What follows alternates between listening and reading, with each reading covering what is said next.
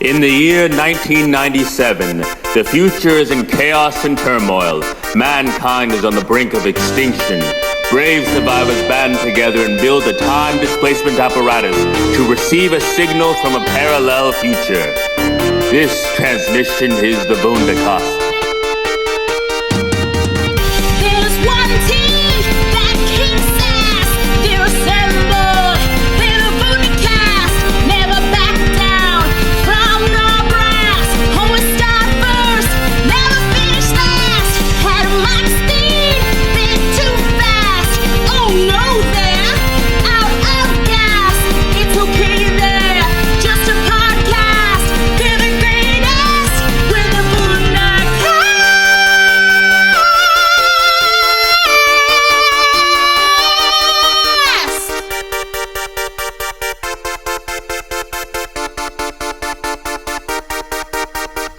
Welcome to the Vundacast, the official podcast of Vundablog.com, the home of the biggest negative one fan in the world, me, Stephen E. And also with me today, my glorious co-host, non-binary champion of the world, D-Rock. How you doing, D-Rock?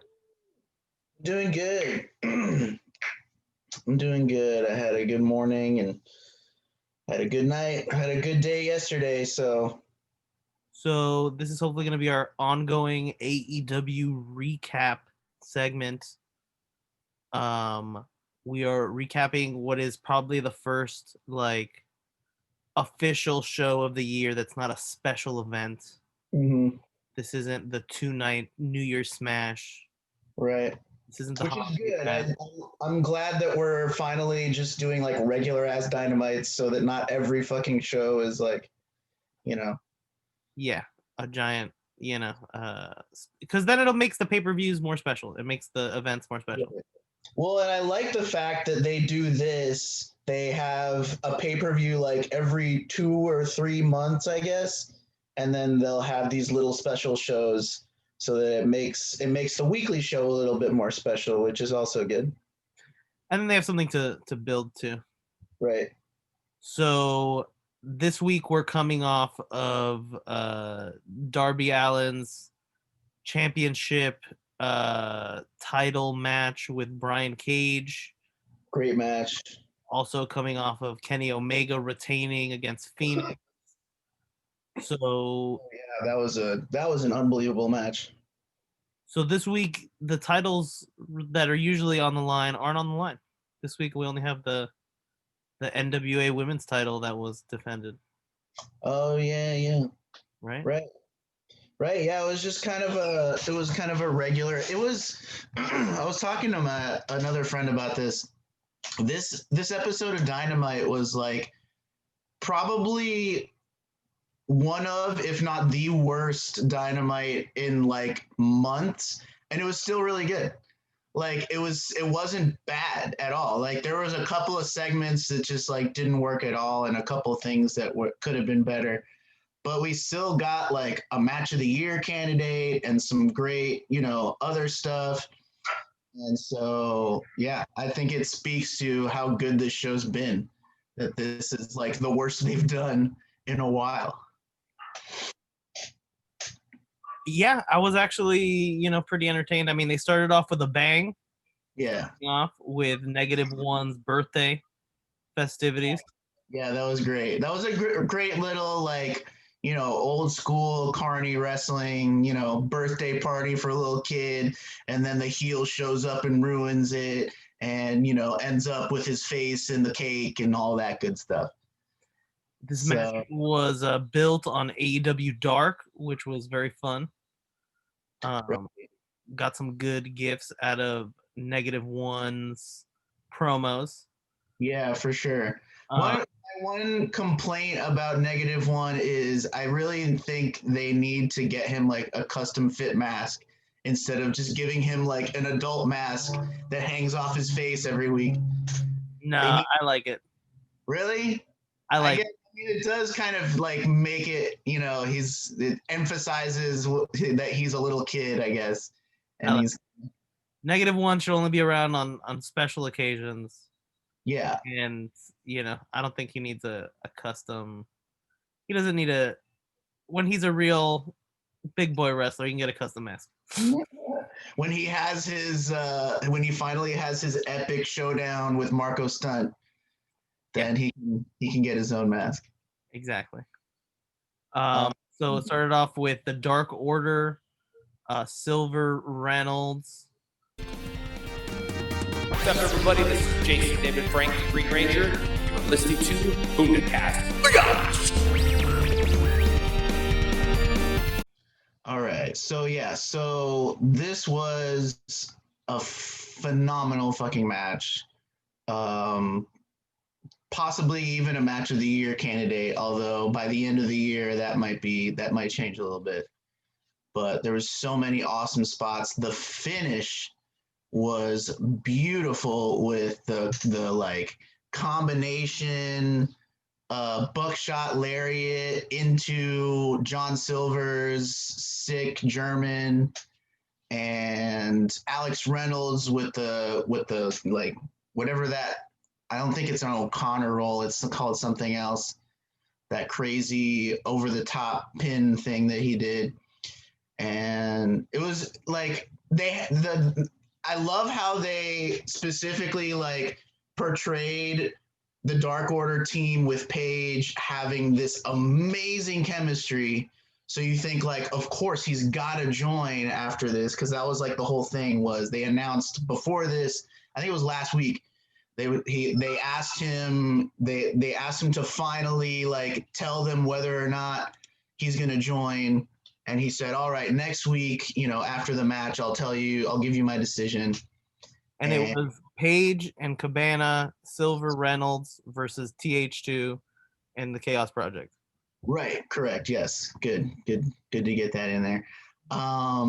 Yeah. And then, so at the end of the match, they asked him for his decision. John Silver, who is like in love with Paige, and it's beautiful and hilarious, got down on one knee and asked him, and like the exact second that Paige said no, this huge graphic went up on the Titantron that said he said yes, and there was like confetti and stuff. It was really funny. Was Dark Order performers set to come out in cowboy hats that they were like shooing away. It was a great bit of physical comedy and production slapstick. Yeah, and it was a good. I think they're kind of slow burning it. I think he is going to join at some point, but I get the feeling that like he doesn't want to join because it's hard for him to trust people after he got burned so bad by his old friends, and maybe the Dark Order like teaches him how to trust people again, and then he joins, and so it'll be interesting to see where it goes. I would like that. I'm just afraid that it's just going to become the Dark Order are going to fight Hangman Page because he spurned them, and it's just going to become a feud and just people for him to mow through. Yeah, because I like that them teaming up has produced some very fun matches. The three we've had. Right. Yeah, they've been really good, and I feel like, I don't know. I mean, for a while, before, not so much in the last couple months, but before that, the Dark Order had been very much treated like a bunch of jobbers. So I get why that would be the impulse to think that he's just going to run through them now. But I also think that, especially recently, AEW's start to realize like what they have with the Dark Order and how entertaining they are and how much people love them. So I don't really think, I don't think it would be good for anybody for him to just run through the whole Dark Order. And I mean, it might be good for him, I guess, but everyone wants him to join. So like, I feel like at this point, if he doesn't join, it would be kind of a bummer, and it would kind of sour people on him a little bit, maybe not that much, because he's still, he's still a fan favorite. But I think they know that everybody wants this, and it's good storytelling, and they should just do it. And I think they're going to eventually. I hope so. Chaos Project gets dunked in the face with cake, and Right. Sir Pentako gets hit with papers. Oh, and I didn't even I missed that part. Yeah, good. They did a great like classic cake spot with Walter, and that was fun. With Luther. Yeah, and so the next thing was, I believe, MJF and Jericho being interviewed by Alex Marvez, which is kind of just like a short little segment, but that was really funny. MJF had the great line where he told Alex Marvez to stop talking because his breath smells worse than rats having an orgy in a running microwave, which was amazing. And he says it so smoothly.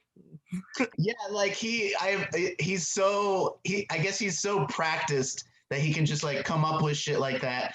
And it's, I mean, I say it all the time, but MJF, like I don't know where the ceiling is on this guy, because he's already one of the top heels in like all of wrestling, and he's like 21, 22 years old or something like that. He's really young. So the future. All downhill from here. Huh? It's all downhill from here once your body goes. Yeah. Didn't the Sting stuff happen after this? Yeah, that was the next thing, was the Sting and Darby Allin, and Sting going back to not doing anything at all or saying anything at all. He said the same thing that like the first time he came out, and they were like, Sting is gonna speak for the first time, and all he said was like, oh, Darby Allin, I see something of you in me, or see something of myself in you, or whatever. And he said the exact same thing this time. We both wear makeup. We're both young blondes. Come on. Right. And then gets interrupted by Taz, who once again, I mean, Taz is just like on a roll. He's so good on the mic. I mean, he's always been great, but now he's, you know, a seasoned veteran, and he's just so good. I love, my favorite part of Taz's rant was at one point, you know, saying to Darby Allin, like, you took your belt and tried to tie his feet together. That's not fair. And then like 5 seconds later, he's like talking about like, I'm from the streets. And it's like, really? I think Ricky Starks busted out on the mic very awkwardly and was like, we're all fighting in the streets. We fought in the streets. Yeah. But that was good. I like that. You know, you drop in all those references to the streets to set up a street fight, and that, you know, that will be a very fun match, I'm sure. Darby Allin and Cage. And I felt like they left it amorphous whether Sting was going to be in that fight or not, but the announcers were like, yeah, Sting's going to fight. Sting's going to do something, we swear. Which is, it's weird to me that the first match back for Sting is going to be a street fight. Like, that just seems weird. Like, well, it's ironically, I feel like a street fight is a way to protect him, actually. Like, he doesn't really have to actually take any bumps, like in-ring bumps, like falling, you know, or jumping or any of that stuff. They can kind of keep it on the outside and keep him kind of standing upright and hitting people with stuff, and it'll kind of protect him a little bit. It's just, to me, a street fight means the feud is like, has gotten so intense. Right. And literally, he's barely involved in it. He's only hit them once with a baseball bat. Right, yeah. So but that was good. I think that segment definitely worked, and it did what it needed to do, which is set up a street fight, which I'm excited about. My least favorite segment of the night, by virtue of how much I hate the Young Bucks right now, is them going to Kenny Omega's house and just, I don't understand how they're doing themselves right now. It was an interminably long segment. It really was. Okay. it's built around the joke that Don Callis got a portrait made for Kenny for his birthday, even though his birthday is not till October. With a muscular Don Callis. Of Kenny and him covered in biceps and abs and all sorts of muscles. That was the best part of the whole thing. And then the climax of this segment is that the Young Bucks hurt Don Callis. And supposedly, we didn't see what happened. And we're not happy with the way Dynamite ended last week, even though they joined the Good Brothers and Kenny last week and did the sign together with everybody. We've talked about this a lot. Like, I don't understand how the Young Bucks are booking themselves. They're heels, but they're not really heels because they still want to get cheered. But then they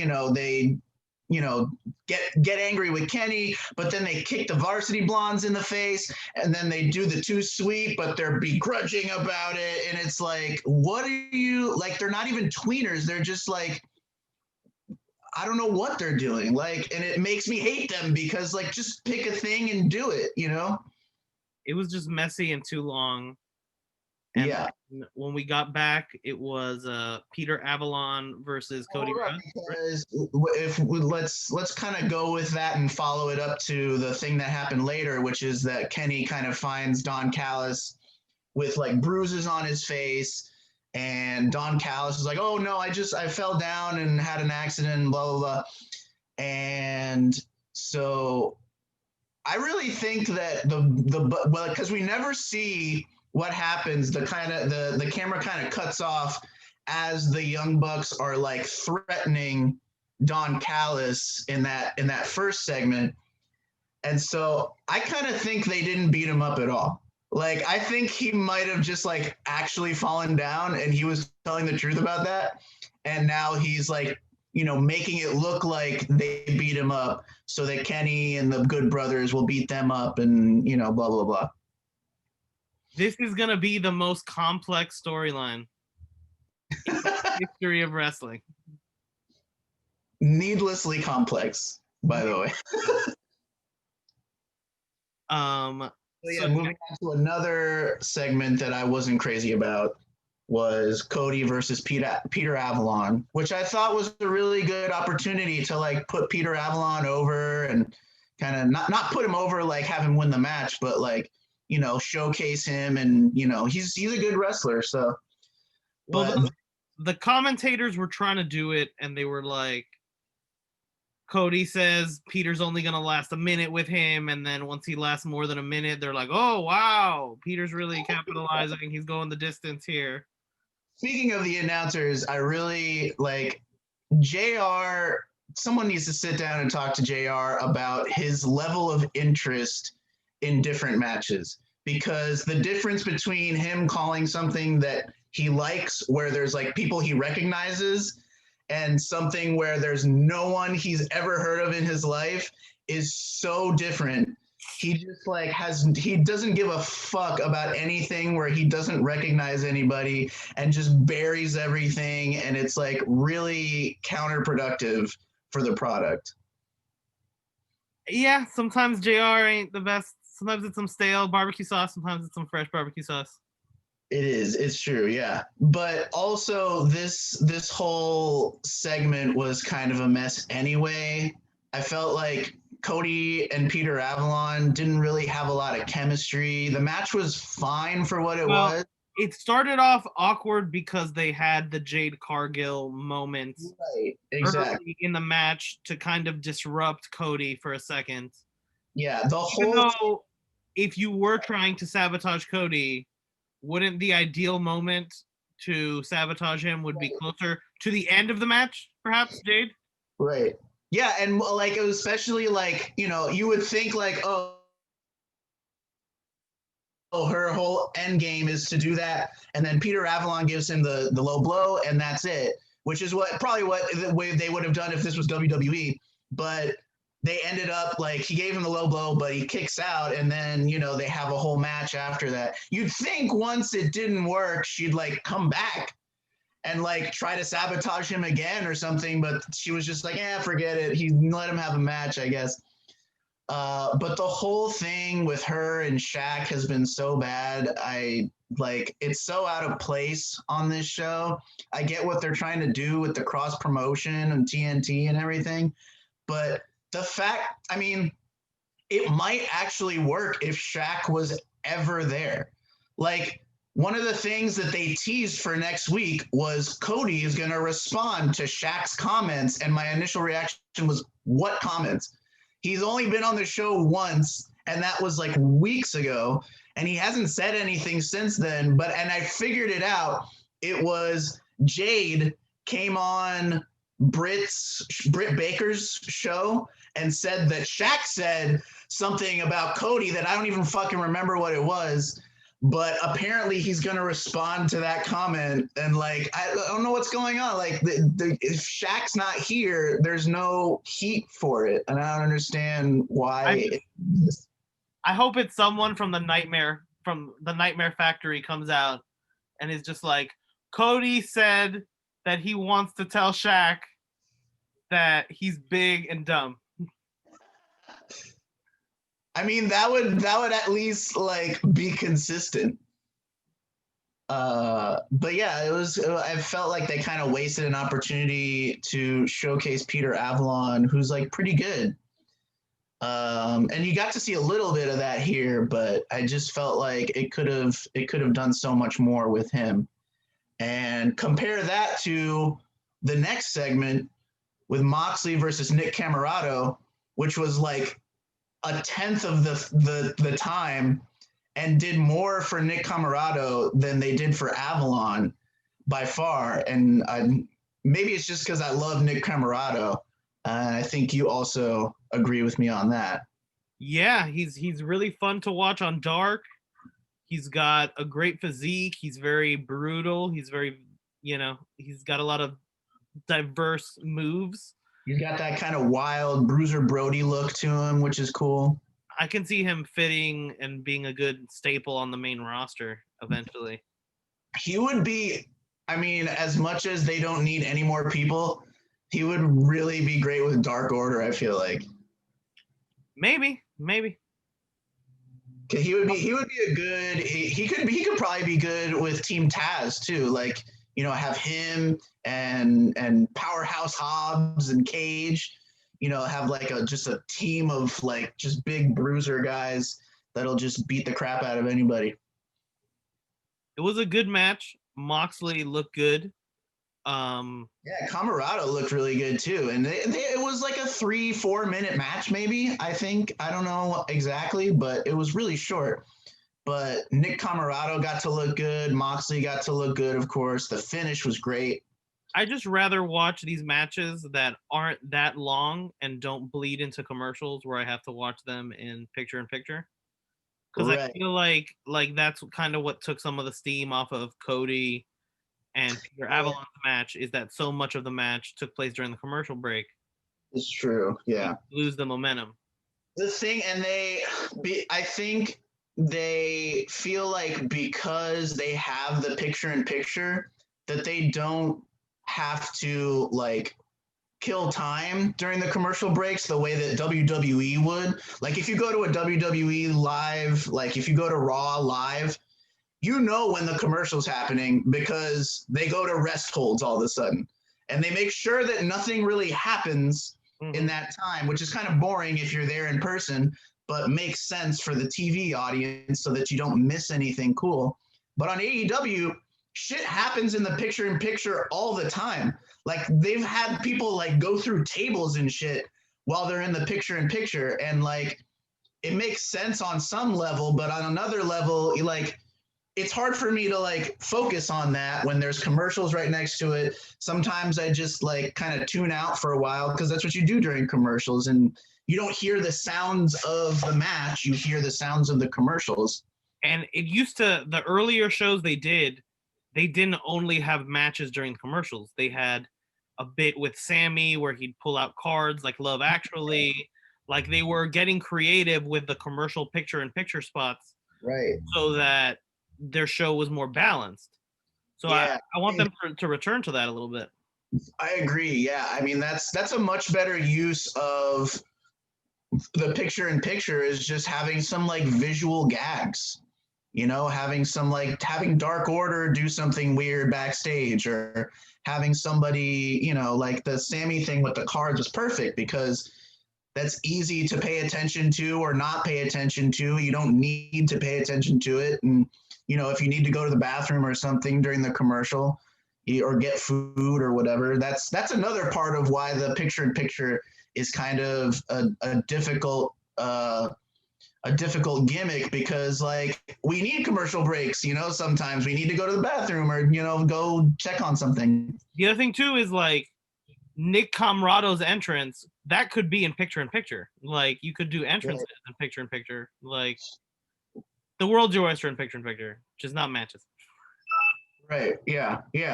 There's a lot of other things they could do with picture in picture.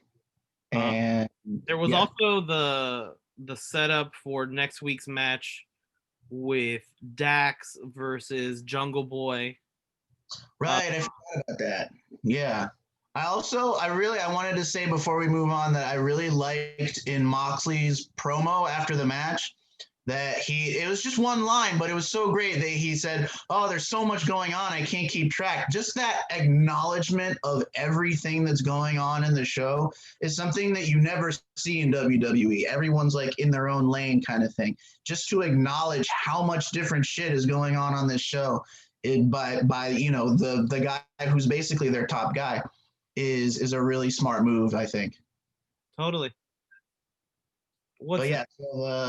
The Jungle Boy and Dax got a little set up.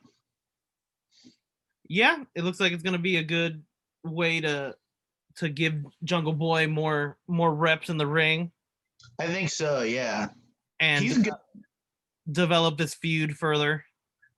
For sure, yeah. I like him as kind of an underdog kind of guy.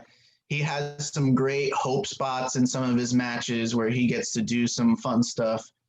And I haven't been the hugest fan of him up until recently, but he's had a few matches and had a few of those really good hope spots where I was like, okay, I can see like this guy has some stuff to offer. He's got new awesome music. It's a new year to get behind Jungle Boy. Right, yes, the Tarzan Boy. They shelled out the money for Tarzan Boy, which is awesome. Hopefully next they will be able to shell out the money for Jane for Orange Cassidy, because everyone's clamoring for that. I think they're gonna wait until there's crowds again to do that, because that pop is gonna be insane. Because everyone's been asking about it. Like tweeting Tony Khan and being like, "When are you gonna buy the rights to the fucking song?" So that'll be fun. They also teased very quickly, I'm not sure if it was here, but they teased an AEW Women's World Championship Eliminator Tournament. Yeah, that was like towards the end, I think. To pick out a new number one contender. Yeah, I'm always up for a tournament to choose a number one contender. Anytime someone has to earn a title shot, like, I'm super on board with that. And showcasing all the women's talent that they have.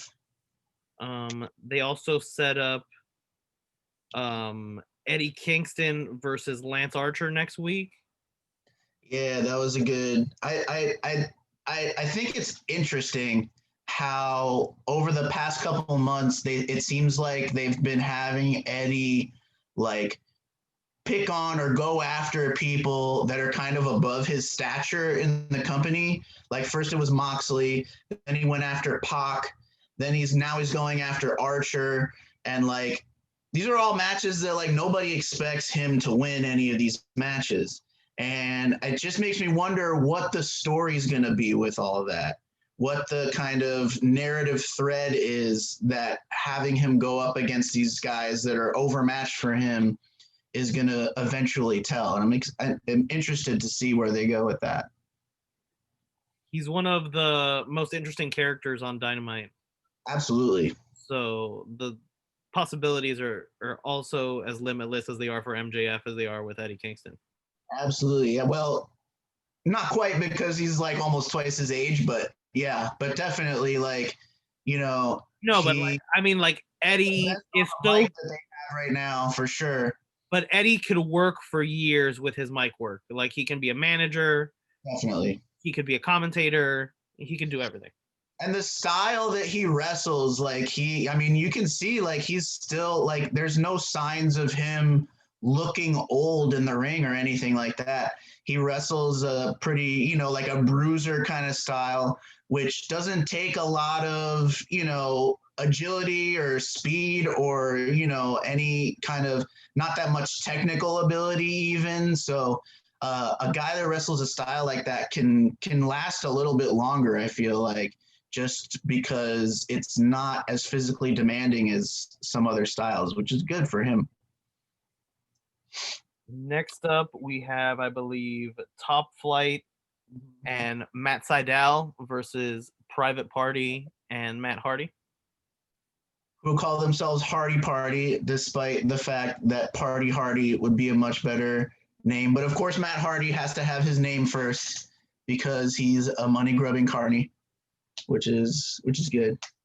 He's really changed into this big money Matt persona this year, so I'm happy that he has like a solid character now that he can run with. It's kind of weird because he had been teaming with them for such a long time that it's weird now to be like, oh no, now everything's different because we signed a paper. Right. But they're cheating, they're doing what they got to do to win.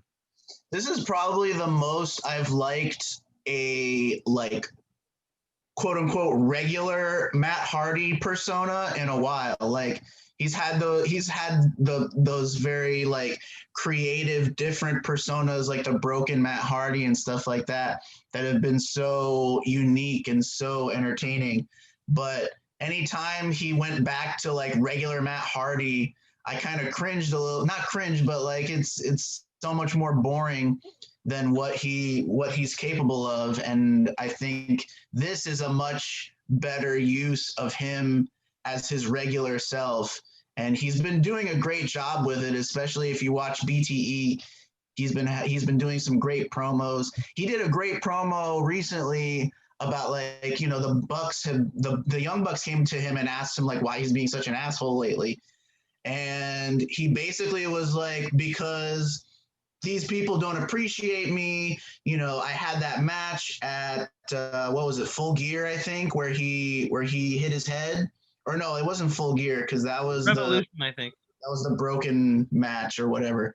But yeah, before that, I think it might have been Revolution where he busted his head open and looked like he got a concussion. They never really acknowledged whether that was the case or not, and they kind of had him get injured, quote unquote, in another way to write him off the show.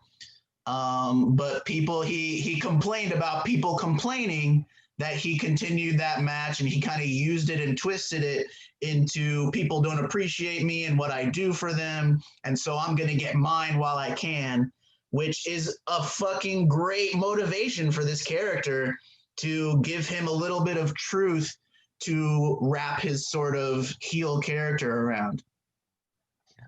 Top Flight and Private Party really are a good fit fighting each other. Top Flight are so good. They're definitely that. I just had the feeling that this is like the type of tag team that is going to, define AEW. These two teams coming together and fighting, much how like the Hardy Boys and the Dudley Boys, had all these great matches. Right. I can see the same thing happening for Top Flight and for Private Party. And I really liked Matt Sydal with Top Flight. I think they had a good chemistry. And Sydal looked great in this match too. I'm really glad that he's been getting lots of chances to look really good after that debut that he had. Hopefully everyone's sort of forgotten about that a little bit at this point. But very, very inauspicious beginning for Matt Sydal, and he's recovered well, so that's good. Yeah, I just want to see his character develop a little more because right now he's a little bland. Yeah, I mean, he's kind of in the showing what he can do in the ring stage, I think, at this point. And I think eventually he'll probably. I mean, I think he would go really well if they start doing a trios title, which I mean, at this point it feels like they've been teasing the shit out of it for such a long time. If they do a trios title, I would love to see Matt Sydal team up with TH2. I think that would be a really good fit. They're all kind of these like motocross-ish, like parkour-ish, like kind of guys that seem like they would have a really good chemistry. It was a good match. It was a good match. It was a good match. And I really liked seeing Private Party kind of start wrestling like heels the way that Matt Hardy's been trying to get them to. I thought that was really good booking, and I'm interested to see where their story goes as well. I like the way they're being booked now. This is the third match that they won in 2 nights. They also won on AEW Dark, and they won on Impact, where they showed up with Matt Hardy and with Tony Khan to vie for the #1 contendership for the Impact titles, which they won. Yeah, and they're the #1 contenders now. So we'll see if we get a match on Impact or if it'll be on AEW Dynamite with the Good Brothers versus Private Party. Yeah, I'm really interested to see where they have that match. I mean, you would think if they're going to defend the Impact titles, Impact would want them to do it on their show. But Good Brothers have been showing up on Dynamite quite a bit, so should be interesting to see where they go with that. The next match was Layla Hirsch versus Penelope Ford, which was really good. And we of course we have to talk about the women once again getting stuck in the 9:30 death spot where the picture-in-picture goes away and takes like a full minute chunk out of like a 9-minute women's wrestling match. And it happens every single, I think I remember like one time that it hasn't happened in the last couple months. But other than that, every Wednesday, the women are at 9:30 and they cut away from the picture-in-picture and steal a minute of wrestling time, of ring time from the women. And it's really not a great look. Yeah, they got to diversify their format a little bit because it's getting very redundant. Right, because if you know that 9:30 is the spot where TNT, because they do it to advertise TNT programming, including Dynamite. The irony is one of the promos that they showed when they cut away from the picture-in-picture was for the women's tournament, which is like, dude, come on.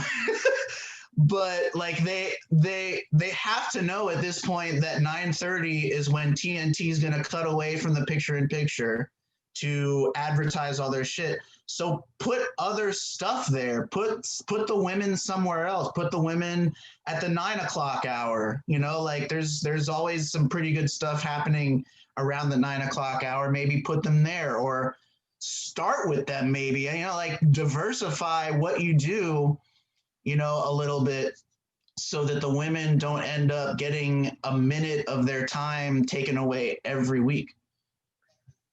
Can't argue with that. Yeah. Also, we have to talk about Charles Taylor, the butler, which is fantastic. I loved the simplicity of it. Penelope Ford wins. Yeah, she looked good. Gets in the ring. She looked really good in this match. Miro gets in the ring. Miro calls for his butler. Also, Miro's tracksuit was amazing. His fashion has been totally on point this whole time. I love his style. He doesn't ask for like a bunch of stupid things. He asks for the thing that will cut into the heart of Chuck Taylor and is like, say, I am your best friend. Yeah. To Orange Cassidy, who's sitting in the audience. I wish that Trent had been on like a Zoom call and just like hung up at that moment or something so that he could react as well.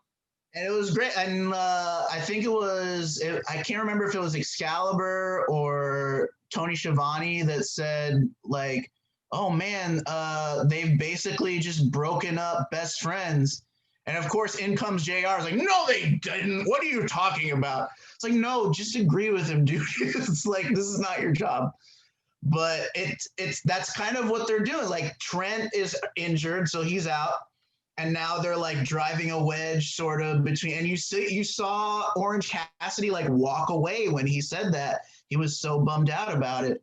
So they are kind of breaking them apart in a way. But I mean, of course, they're going to come back together at some point and, get their revenge. But at this point, they're kind of like starting to drive a wedge between these three guys.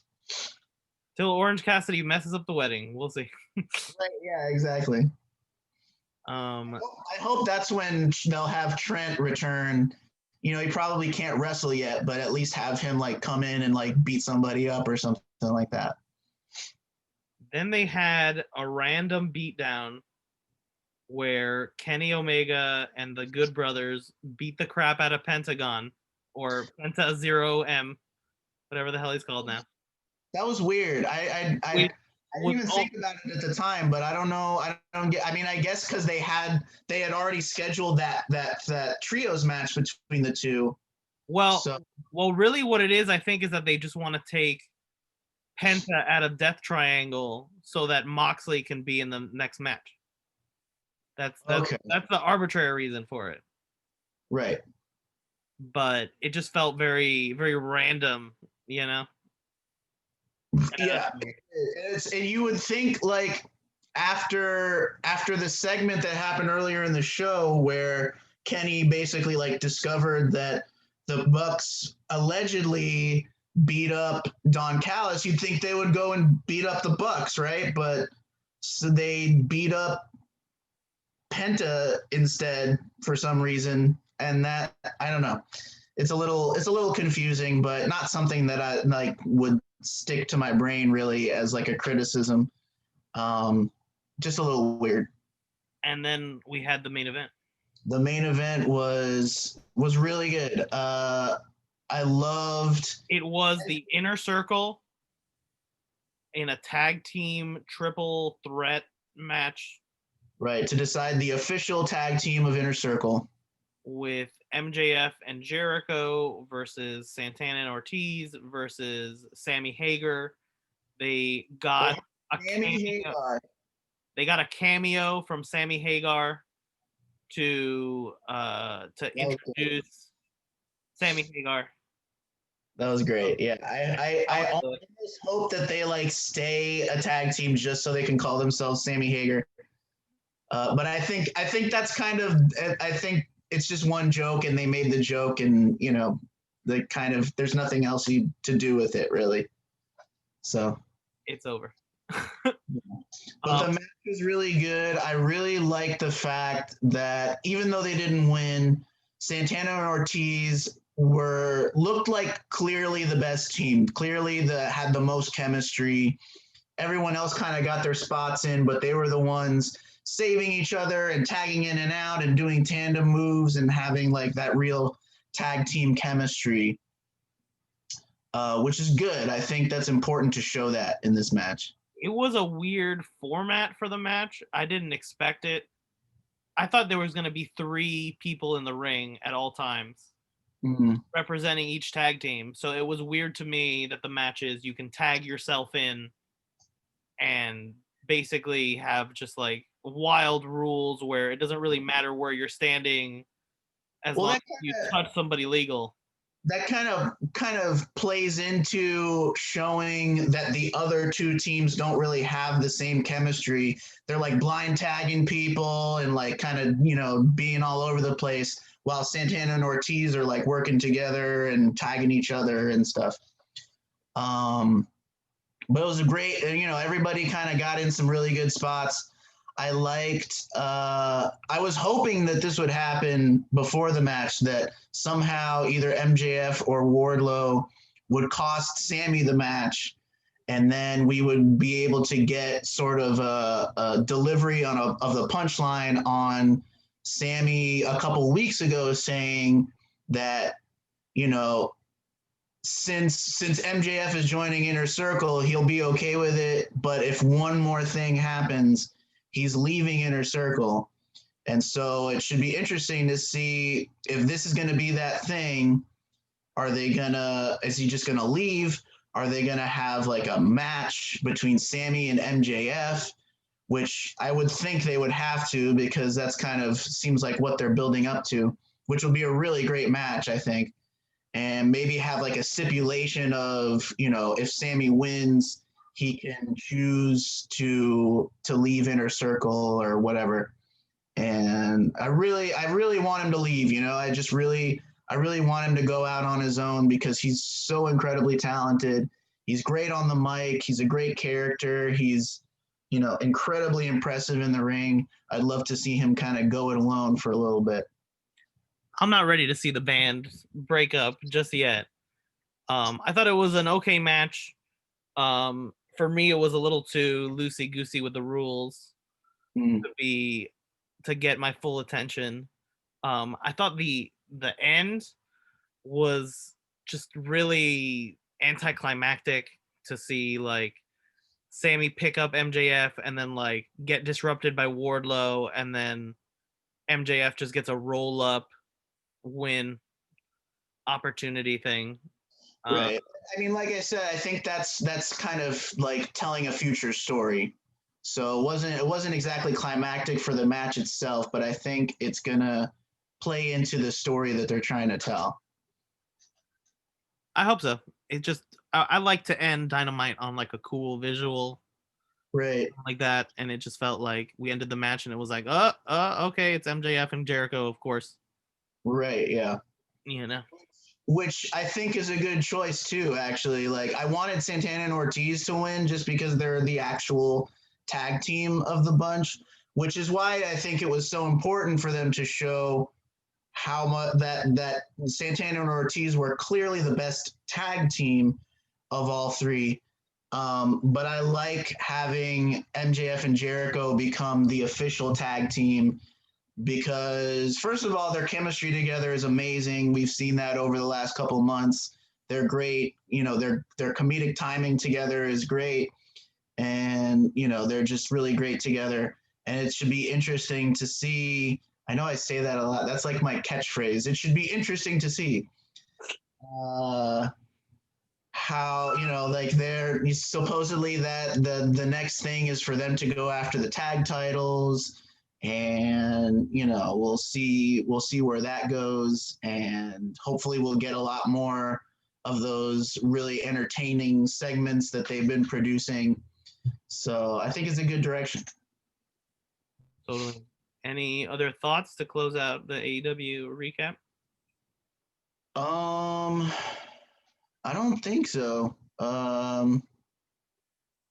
Yeah, I think it's like I said, like it was like probably the most lackluster episode of Dynamite in a couple months, and if you had to give it a grade on an A to F scale, what would you give it? I would say like a 6.5. No, on an A to F scale. Oh, A to F. Okay. I'd say C+, I guess. Whoa. I thought I was being mean by calling it a B+. Oh, really? B+? I mean, to me, B+ is like, the B+ has been like the average of all the Dynamites of like the last month or so. And this was a little bit below that. Maybe B- would be more. But like, there were the fact that there were like a couple segments that just didn't work for me at all. And like the Shaq stuff is weird. I hate what the Bucks are doing. But everything else was really good. Okay, so we're giving this episode officially a B- grade. B- works, yeah. I think that's an episode. Yeah.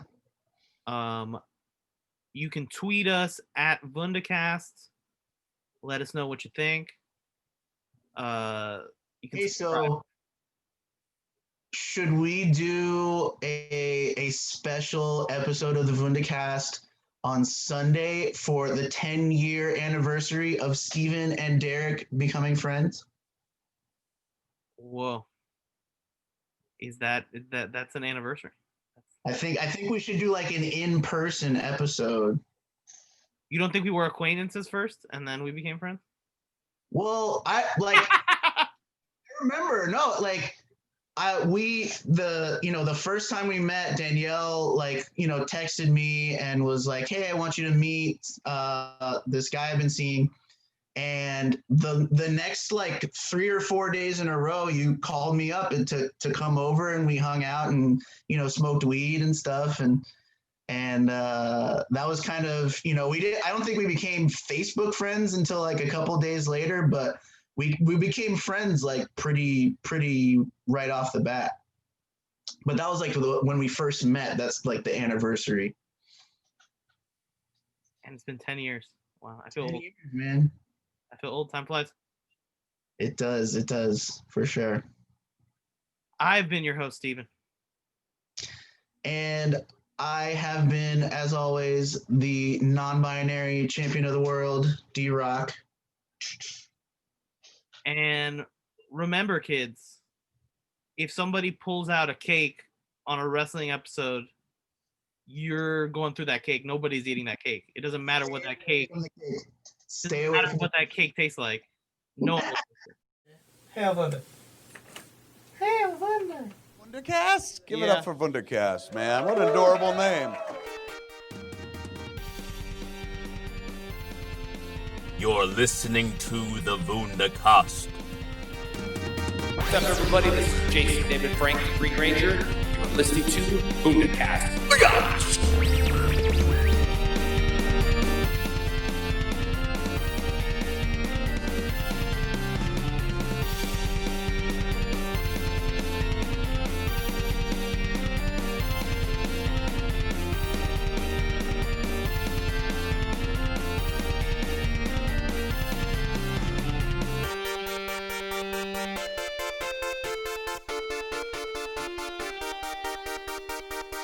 Subscribe to the Vundacast.